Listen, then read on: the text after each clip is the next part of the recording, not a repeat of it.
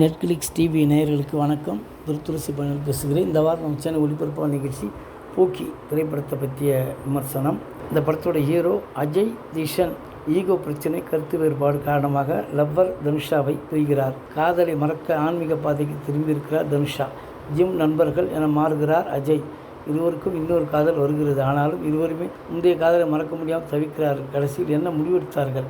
எந்த காதலை ஓகே செய்தார்கள்? இதுதான் பூக்கி கதைக்கரு. இன்றைய இளம் தலைமுறையினர் மனநிலை, அவர்கள் காதலை, வாழ்க்கையை பார்க்கும் விதம், செய்யும் தவறுகள், முடிவெடுக்கும் விதம் என பல விஷயங்கள் பின்னணியில் பூக்கியை நகர்த்திருக்கிறார் இயக்குனர் கணேஷ் சந்திரா. இவர் பல படங்களுக்கு ஒளிப்பதிவாளராக இருந்தவர். பூக்கியை ஒளிப்பதிவு செய்து முதல் முறையாக இயக்குனர் ஆகியிருக்கிறார். அக்கா மகனான மருமகன் அஜய் தீஷனுக்காக படம் தயாரித்து இசையமைத்து எடிட் செய்திருக்கிறார் விஜய் ஆண்டனி. ஹீரோவை மனதில் உருவாக்கப்பட்ட படம் என்பதால் படத்தின் கதை, முக்கியமான சீன்களும் அஜயை சுற்றியே நடக்கிறது. அவரும் துரு இளைஞனாக காதலிகளிடம் சிக்கி தவித்து முடிவெடுக்க முடியாமல் திணறுபவராக, காதல் வழியால் அவதிப்படுபவராக நன்றாகவே நடித்திருக்கிறார். அஜயின் துரு நடிப்பு, இயல்பான வசனங்கள், ஸ்டைலான டான்ஸ் யூத் ஆடியன்ஸை கவரும். குறிப்பாக காதலிகளுடன் சண்டை போடுகிற சீன்களில் பிரமாதப்படுத்தியிருக்கிறார்.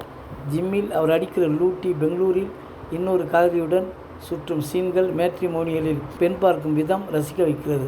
முதற் பாதியில் நாய், பூனை பேசுவது சுவாரஸ்யமாக இருக்கிறது. சுனில் அந்த ஆன்மீகம் சம்பந்தப்பட்ட காட்சிகள், விறுவிறு ஜிம்மில் பிரியங்கா வரும் இடங்களும் ஓகே. சிம்புவை வேறு மாதிரி பயன்படுத்தியிருக்கிறார்கள், அது ஒட்டவில்லை. ஹீரோயினாக நடித்து தனுஷா உண்மையில் கதைக்கு அவ்வளவு பலம். அவரின் தோற்றம் மட்டுமல்ல, நடிப்பு, கோபம் எல்லாமே அழகு. காதலனை சண்டை போட்டு பிரிகிற சீனில், கார்பரேட் சாமியாரை கேள்வி கேட்கிற சீனில், இன்னொரு காதலில் விழுகிற சீனில், கிளைமாக்ஸில் கலக்கியிருக்கிறார். பாடல் காட்சிகளில் அவ்வளவு அழகாக இருக்கிறார். பெங்களூர் பெண்ணாக வரும் ஷியாரா சம்பந்தப்பட்ட காதல் சீன்களும் விறுவிறுப்பு. கார்பரேட் சாமியாக நடித்த சுனில் சம்பந்தப்பட்ட காட்சிகள், அவர் நடிப்பு சூப்பர். ஹீரோ பெற்றோர்களாக வரும் பாண்டியராஜன் தம்பதியினர், ஹீரோயின் பெற்றோர்களாக வரும் ஸ்ரீராம், ராதா சீன்களை இன்னும் அதிகரித்திருக்கலாம், உணர்ச்சி பூர்வமாக காண்பித்திருக்கலாம். அதே போல ஹீரோயின் பாட்டியாக வருபவர் ஏதோ செய்யப்போகிறார், அவரால் ஏதோ மாற்றம் வரப்போகிறது என்று நினைத்தால் எதுவும் நடக்கவில்லை. இன்னும் எத்தனை படங்களில் தான் காதலை ஜாதி பிரிக்கிறது என காண்பிப்பீர்களோ தெரியவில்லை. படம் முழுக்க அஜய் தீஷன் தனுஷா சம்பந்தப்பட்ட சீன்களில் அதிகம் ஆக்கிரமித்திருப்பது.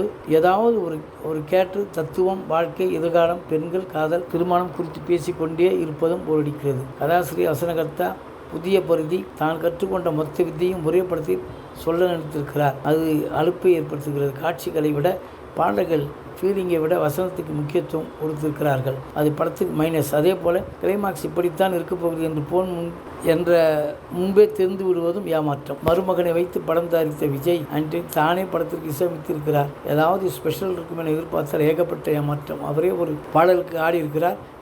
அது இன்னும் அந்த பாடல் உண்மையிலேயே இளைஞர்களை எழுந்து ஆட வைக்கிற ஒரு பாடலாக அமைந்திருக்கிறது. படத்தின் எடிட்டரும் அவரே. மற்றவர்கள் யாராவது செய்திருந்தால் படத்தை இன்னும் ஷார்ப்பாகி இருப்பார்களோ என்னவோ. அதிலும் உங்களுக்கு ஏன் இந்த வேலை என்று அவரிடம் கேட்க தோணுது.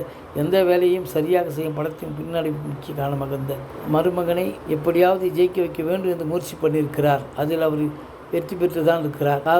காதலர்கள் சம்பந்தப்பட்ட விஷயங்கள், அவர்கள் பேசும் சில விஷயங்கள் புதுசாக இருக்கிறது.